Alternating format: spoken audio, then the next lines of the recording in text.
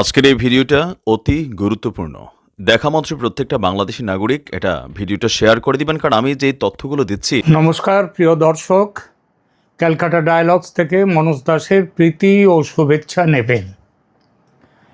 এখন যে বিষয়টি নিয়ে আপনাদের সাথে কথা বলবো সেটা হলো তুলসী গ্যাবার্ড, আমেরিকার director of national intelligence, Bharat সফরে এসে বাংলাদেশ নিয়ে দুদিন আগে সাংবাদিকের করা প্রশ্নের উত্তরে কিছু কথা বলেছেন এবং যে কথাগুলো বলেছেন সেগুলো বাংলাদেশের পক্ষে খুব একটা কেন বলবো, আদৌ সম্মানজনক কথা নয়। সুতরাং কিছুটা স্বাভাবিকভাবেও আবার কিছুটা অস্বাভাবিকভাবে এই কথা তুলসী গ্যাবার্ড যা বলেছেন তার প্রতিক্রিয়া চলে আসছে বাংলাদেশ থেকে। বাংলাদেশে এই নিয়ে প্রচুর আলোচনা শুরু হয়েছে সরকারি মহলে এবং বুদ্ধিজীবী মহলেও। সংবাদ মাধ্যমে তুলসী গ্যাবার্ডের মন্তব্য এবং তার জবাবে বাংলাদেশ সরকারের প্রতিক্রিয়ার কথা আমরা দেখছি সব দিকে, কিন্তু প্রায় সঙ্গে সঙ্গে আমেরিকার বিদেশ দপ্তরও বাংলাদেশ সরকারের প্রতিক্রিয়া পাওয়ার পর আমেরিকার বিদেশ দপ্তর তারাও কড়া ধাতানি দিয়েছে আলাদা করে। তুলসী গ্যাবার্ড তিনি কিছু স্টেটমেন্ট দিয়েছেন আর বাংলাদেশ সরকারকে আক্ষরিক অর্থে কড়া ধাতানি দিয়েছেন। হোয়াইট হাউসে সাংবাদিক ব্রিফিং করায়, প্রতিদিন যে সংবাদ ব্রিফিং হয় সেইখানে সেইটা দেওয়া হয়েছে। সেগুলো নিয়ে কিন্তু কোনো জায়গাতে কেউ কিছু বলছেন না। এই যে হোয়াইট হাউসের বিদেশ দপ্তরের ব্রিফিং, এটা প্রতিদিন তারা এই ব্রিফিং করেন, সাংবাদিকদের প্রশ্নের উত্তর দেন এবং সেইখানে ইউনূস সরকারকে কিন্তু যাকে বলা হয় সহজভাবে এক প্রস্ত ঝাড় দিয়েছেন। আমরা বলবো সে কথা কিভাবে সেই ঝাড়টা দিয়েছে। তবে তার আগে বলি বাংলাদেশ সম্পর্কে এনডিটিভির সাংবাদিক বিষ্ণু সোমের প্রশ্নের উত্তরে কি বলেছেন তুলসী গ্যাবার্ড। তার মোদ্দা কথা ছিল সংখ্যালঘুদের ওপর অত্যাচার, ইসলামী সন্ত্রাসবাদের প্রসার বাংলাদেশে এবং সেই সঙ্গে ইসলামিক খেলাফত প্রতিষ্ঠার যে চেষ্টা আছে সারা পৃথিবী জুড়ে বেশ কিছু দেশে, সেই ব্যাপারে তিনি কিছু বক্তব্য করেছেন। বাংলাদেশেও তার কী প্রভাব হচ্ছে এবং সরকার সে বিষয়ে আদৌ যে সচেতন কিংবা সক্রিয় নয় সেই ব্যাপারটা তিনি তারও উল্লেখ করেছেন। এবং সেই সাথে সাথে তিনি বলেছেন আমেরিকা বহুদিন ধরে যে সন্ত্রাসবাদকে বহুদিন ধরে যে বাংলাদেশে যে সংখ্যালঘুদের ওপর অত্যাচার সেইগুলো নিয়ে খুব চিন্তিত, কনসার্ন সেই ব্যাপার নিয়ে, এবং সন্ত্রাসবাদে কিভাবে মদত পাচ্ছে বাংলাদেশ। তার কথার ভিতর থেকে বেরিয়ে এসছে যে শেখ হাসিনার আমলে সংখ্যালঘুদের নিরাপত্তার একটা ব্যাপার ছিল, তারা সেটা কিছুটা রাখবার চেষ্টা করেছে, কিন্তু এই সরকারের আমলে সেই জিনিসটা নেই। এইটাই হচ্ছে তার বক্তব্য। এই অভিযোগগুলো করার প্রায় সঙ্গে সঙ্গে বাংলাদেশের অন্তর্বর্তী সরকারের প্রধান উপদেষ্টা দপ্তর থেকে এর বিরুদ্ধে প্রতিবাদ জানানো হয়েছে। সেই প্রতিবাদগুলো কীরকম বা তার ভাষাটা অবশ্যই কড়া। তিনি বলেছেন তারা বাংলাদেশ সরকারের প্রেস সচিব সেখান থেকে তার যে স্টেটমেন্ট দিয়েছেন, বলা হয়েছে যে তুলসী গ্যাবার্ড যা বলেছেন সেগুলো সঠিক নয়, তার ভালো করে খবর নিয়ে বলা উচিত ছিল, প্রয়োজনে তিনি বাংলাদেশ সরকারের সঙ্গে কথা বলতে পারতেন, বাংলাদেশের অবস্থা যথেষ্ট ভালো।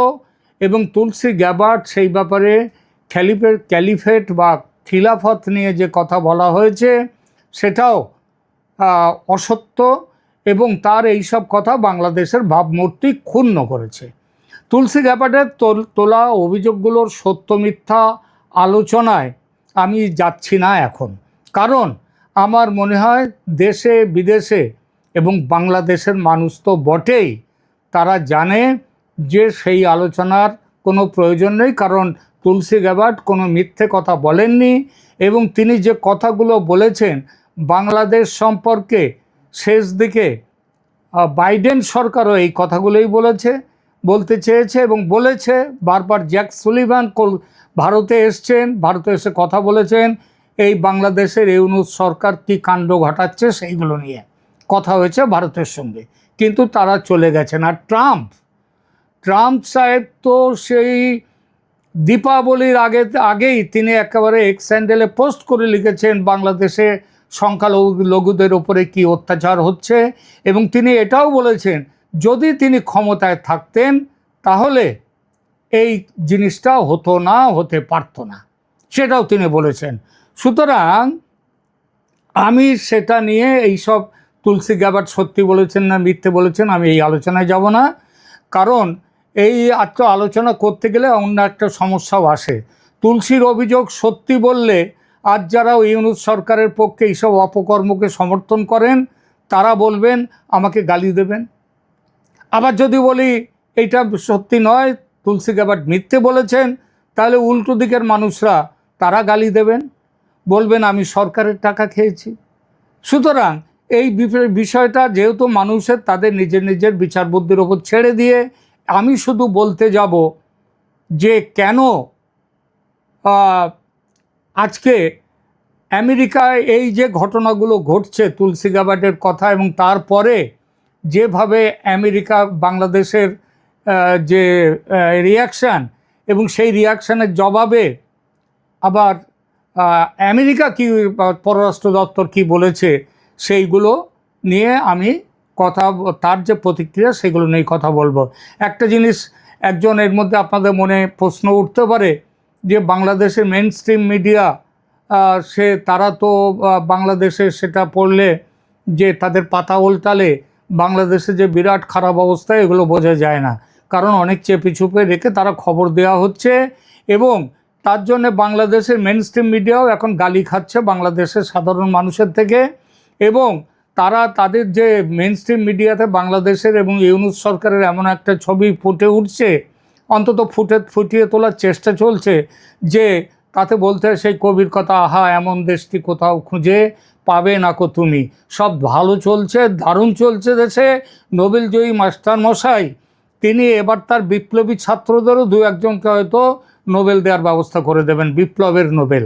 যাই হোক, সুতরাং অভিযোগ পাল্টা অভিযোগের লাফড়ায় না পড়ে দেখব দুই তরফের এই যে এক কথায় হচ্ছে গালি চালাচালি বা অভিযোগের চালাচালি, এর পরিণাম কি হতে যাচ্ছে আমরা সেইগুলোই দেখব। তবে সেই আলোচনায় যাওয়ার আগে একটা কথা বলতে হয়, তুলসীর বক্তব্যের প্রতিক্রিয়ায় ইউনূস সরকারের কড়া মন্তব্যকে যারা বাংলাদেশের সাবালক হওয়ার ও চোখে চোখ রেখে কথা বলার হিম্মত বলে যারা প্রচার করছেন বা গলা ফাটাচ্ছেন তাদের বলি একটু সামলে যাবেন ভাই। তলোয়ার হাতে নিয়ে কোন দিকে ও কার দিকে তলোয়ার চালাচ্ছে সেটা না দেখে না বুঝে যারা তলোয়ার চালায় তারা হয় অবোধ অপগণ্ড শিশু, নয় ধেড়ে পাগল। বাংলাদেশের কিছু উগ্র আওয়ামী লীগ বিরোধী ও ভারত বিরোধী পাগল কিংবা বোধবুদ্ধিহীন শিশু তাদের রাজনীতিক বিশ্লেষকের ভূমিকায় এসে বিভিন্ন মন্তব্য করছেন এবং আমরা সেগুলো দেখছি ইউটিউবের সৌজন্যে।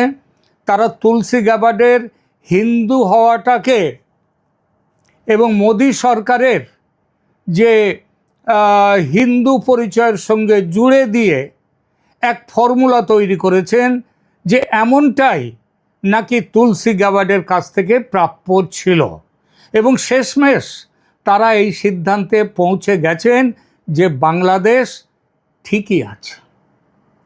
বাংলা সরকারের কড়া মন্তব্যের একটা প্রতিক্রিয়া তুলসী নয় স্বয়ং হোয়াইট হাউসের বিদেশ দপ্তর দিয়েছে, সে কথা প্রথমেই বলেছি। এই প্রতিক্রিয়াটি যে কোথাও এখানে নজরে পড়ছে না সেটাও বলেছে। সেখানে হোয়াইট হাউস বলেছে তাদের ডিরেক্টর অফ ন্যাশনাল ইন্টেলিজেন্স যা বলেছেন সেটা সে দেশের সরকারেরও বক্তব্য। যদি বাংলাদেশের সরকারের কিছু অন্য বক্তব্য থাকলে কিংবা থাকতো যদি অন্য মন্তব্য, তাহলে অফিসিয়ালি সেটা জানাতে পারত আমেরিকাকে, আমেরিকার পররাষ্ট্র দপ্তরকে, কিংবা এই বিষয়ে তাদের বক্তব্য জানাতে একটা বৈঠকে বসার অনুরোধও জানাতে পারত। কিন্তু সেটা তারা করেনি, বরং এমনভাবে প্রতিক্রিয়া দিয়েছে এবং সম্পূর্ণভাবে যেভাবে সব কিছু অস্বীকার করেছে, প্রমাণ করতে চেয়েছে বাংলাদেশের সব কিছু সব ঠিক আছে, তার একটাই অর্থ তুলসী গ্যাবার্ড মিথ্যে কথা বলেছেন। এবং শুধু তুলসী নয়, মিথ্যাবাদী স্বয়ং ডোনাল্ড ট্রাম্পও। কারণ ওই একই অভিযোগ ট্রাম্প সাহেবও করেছেন কয়েক মাস আগে। আপনাদের নিশ্চয়ই মনে আছে যে যখন নির্বাচনী প্রচার চলাকালীন গত দিওয়ালির আগে দীপাবলির শুভেচ্ছা জানাতে ট্রাম্প সাহেব এক্স হ্যান্ডেলে পোস্ট করে বাংলাদেশের সংখ্যালঘুদের ওপর অত্যাচারের কথা সেটা উল্লেখ করেছিলেন এবং বলেছিলেন তিনি ক্ষমতায় থাকলে এই জিনিসটা হতো না। সুতরাং হোয়াইট হাউসে প্রেস ব্রিফিংয়ের একটি ভাষ্য আমি কমেন্ট সেকশানে দিলাম, উৎসাহীরা দেখতে পারেন পুরোপুরি, কারণ অনেকটা বড় ভাষ্য তো সেটা এখানে দেয়া যায় না, জায়গাটা নেই। সুতরাং সেটা যারা উৎসাহী তারা দেখতে পারেন। এই ভাষ্যটি সেখানে দিয়েছেন বাংলাদেশেরই এক আমেরিকা প্রবাসী সাংবাদিক। এবার বলে আমেরিকা এরপর কি করতে পারে ও কি করবে। আপনি আমরা না মানলেও সারা পৃথিবী মানে যে আমেরিকা হচ্ছে বিশ্ব মোড়ল, তার মেজাজ মর্জি ও স্বার্থ অনুযায়ী চলে এই পৃথিবী। দেশে দেশে যুদ্ধ বাধায় আমেরিকা, তার প্রমাণ নতুন করে দেওয়ার দরকার নেই। বহু বছর আগে ভিয়েতনামে দেখা গেছে, তারপর ইরাক সমেত আরবের বিভিন্ন দেশে দেখা গেছে। সম্প্রতি ইউক্রেনে রাশিয়ার সঙ্গে যে যুদ্ধ শুরু হয়েছে গত 3 বছর ধরে চলছে, সেটা আমেরিকার উস্কানি না থাকলে, আমেরিকার উস্কানি না পেলে ইউক্রেনের প্রেসিডেন্ট জেলেনস্কি তিনি এই লড়াইতে নামতেন না। আজকে দেখুন না, বাইডেন চলে গেছেন, ট্রাম্প আবার অন্য ধাতের মানুষ, তার নীতি অন্য। সুতরাং আজকে ইউক্রেনের যুদ্ধ বন্ধ হবার মুখে। আজকে গাজার যুদ্ধ বন্ধ হয়েছে, যদিও আজ থেকে আবার নতুন করে সেখানে শুরু হয়েছে, কিন্তু একটা কথা তো একটা জায়গা অবধি তো গিয়েছিল। আবার দেখুন ইয়েমেনে হুতিদের বিরুদ্ধে আমেরিকা সেখানে তাদের আক্রমণ করেছে, বোমা ফেলেছে। তাহলে আমেরিকার মতে না চললে, আমেরিকার স্বার্থ বিরোধী হলে, তাহলে আমেরিকা যুদ্ধে ঝাঁপিয়ে পড়তে দেরি করে না। তাহলে প্রশ্ন আসছে, বাংলাদেশের বর্তমান সরকার যে পথে চলছে সেটা প্রেসিডেন্টের ট্রাম্পের নীতির বিরোধী। সে শুধু ধর্মীয় সন্ত্রাসের বিষয় যে তাই নয়, আবার বাংলাদেশের এই নতুন সরকারের, এই অবৈধ ইউনূস সরকারের, তাদের মাথায় আবার পোকা গজিয়েছে। সেই পোকার পাখনা গজিয়েছে তার মাথায়, পোকার মাথায়, যে তিনি চীনের সাথে তিনি চীনে যাওয়ার কথা 26শে মার্চ। চীনে গিয়ে চীনের সাথে চীন, পাকিস্তান, বাংলাদেশ তারা মিলে একটা নতুন একটা কেন্দ্রীয় একটা শক্তি কেন্দ্র তৈরি করবে, পাল্লা দেবেন। যখন পাল্লা দেওয়ার কথাটা কেন বলছি এই জন্য, আপনারা জানেন যে ট্রাম্প চীনের ডানা কাটার জন্য ট্রাম্প কতটা এগিয়ে যাচ্ছেন, ট্যারিফ বসানো থেকে শুরু করে নানাভাবে এগিয়ে যাচ্ছেন। আরও শুনুন, তিব্বতকে চীন থেকে বার করে নেওয়ার জন্য একটা বড় পরিকল্পনা ট্রাম্পের আছে। ট্রাম্প এবার সেটা যাবেন সেই রাস্তায়। সুতরাং বাংলাদেশ যদি চীনের সাথে বেশি প্রেম দেখাতে যায় এবং দেখাতে যাচ্ছে, তাহলে দক্ষিণ এশিয়া এবং দক্ষিণ পূর্ব এশিয়ার শান্তি বিঘ্নিত করার রাস্তায় আছে। এবং শুধু শান্তি বিঘ্নিত করা নয়, এখানে ইসলামী সন্ত্রাসবাদকে বাড়াতে যাচ্ছে। খিলাফতি প্রতিষ্ঠার যে একটা কিছু পাগলামি যে কিছু মানুষের মাথায় আছে, সেটাও উনি বন্ধ করে দিতে চাইছেন ট্রাম্প বন্ধ করে দেবেন। সুতরাং ট্রাম্প সাহেব কড়া হাতে এই বাংলাদেশের এই ইউনূস সরকারের যে মোকাবিলা করবেন সেটা নিশ্চিত। এই মোকাবিলা কিভাবে হবে? ইউএস এড থেকে সাহায্য বন্ধ হয়ে গেছে। এরপরে বাংলাদেশ একটা বড় পরিমাণ সামগ্রী, পোশাক সামগ্রী তারা আমেরিকাতে এক্সপোর্ট করে এবং সেখানে ট্যারিফে তাদের মানে নো ট্যারিফ, প্রায় তাদের কোনো শুল্ক দিতে হয় না। তো এই দুটো বন্ধ করে দেবেন। ট্যারিফ নিয়ে তো শুরু করে দিয়েছেন ট্রাম্প সাহেব। আর এই দুটো বন্ধ করলেই এমনিতেই শিল্প বন্ধ হয়ে গেছে বাংলাদেশে, প্রায় বন্ধ হয়ে গেছে। সুতরাং ট্রাম্প সাহেবকে আলাদা করে কোনো ব্যবস্থা না নিলেও সেখান থেকে তারা গেল, বাংলাদেশ গেল। এর সঙ্গে ভারতের ভূমিকা যুক্ত হলে পাকিস্তানের চেয়ে আরও কয়েক ধাপ নিচে নেমে যাবে বাংলাদেশের অর্থনীতি এবং বাংলাদেশের মানুষের জীবনযাত্রা শেষ প্রায় হবে। কিন্তু সেটা তো দীর্ঘমেয়াদী ব্যাপার, অনেক দিনের ব্যাপার। আপাতত কি করবে আমেরিকা? সৈন্য পাঠাবে? প্রশ্নই ওঠে না। কারণ মশা মারতে কামান দাগার কোনো প্রয়োজন হয় না। বাংলাদেশি বন্ধুরা কিছু মনে করবেন না, আপনাদের দেশ ভিয়েতনাম নয় কিংবা আফগানিস্তান নয় যে আমেরিকার সঙ্গে যুদ্ধ যাবে আবার যুদ্ধে জিতে যাবে, এটা ভাববেন না।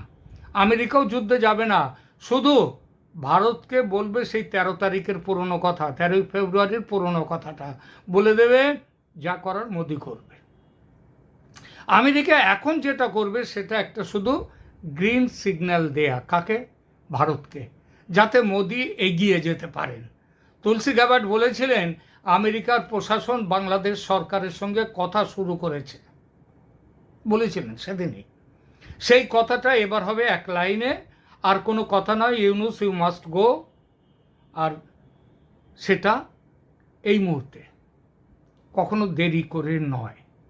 পরের কাজটুকু করবেন জেনারেল ওয়াকারুজ্জামান। তার জন্য ভারতের সেনাপ্রধানের একটা ফোন যথেষ্ট, একটা ফোন কল। সেটাও ঘটতে বেশি সময় লাগবে না। তো তুলসী গ্যাবার্টকে মিথ্যেবাদী বলার ইমিডিয়েট রেজাল্ট হবে এইটাই।